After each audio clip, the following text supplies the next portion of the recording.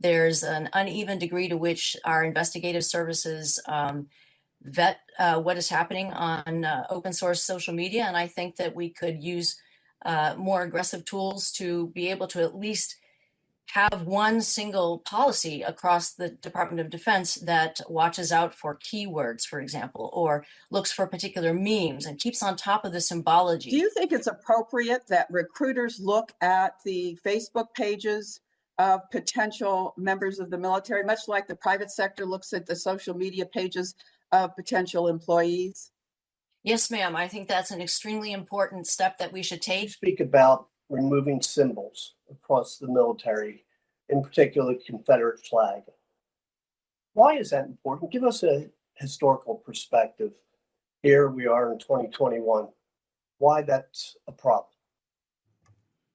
Thank you for the question. The Southern Poverty Law Center believes that monuments and symbols to the Confederacy are harmful and prevent us from moving forward together as a country. I think the issue is so important, and regardless of what percentage of the armed forces, subscribe or are members in extremist organizations, the fact that there is one, I think, justifies this hearing at this level. So thank you. I suspect that some of the extremist views are not widely held in our military, but it does seem by some reporting that they are growing, that up from around 20% of military members who'd seen evidence of extremist views, we now are up in the 30s. And I certainly think we do need more information to understand the threat. However, in speaking to the SecDef and speaking to the chairman of the Joint Chiefs, their opinion is, and I think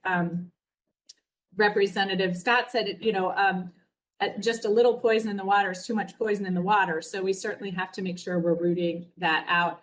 And I guess with that in mind, there's been a lot of discussion about those with extremist views going on special social media platforms or media outlets, particularly as they are banned from more popular platforms like Twitter or Facebook. So these extremist platforms are assuredly part of the problem, as they facilitate an indoctrination process into extremist ideology that can culminate in violence. And the military has been able to ban service members from accessing certain social media platforms due to national security concerns related to data being leaked to our adversaries. I'd like to ask our panelists, do you see a benefit in the military banning service members from accessing certain social and media platforms favored by some of our extremist groups on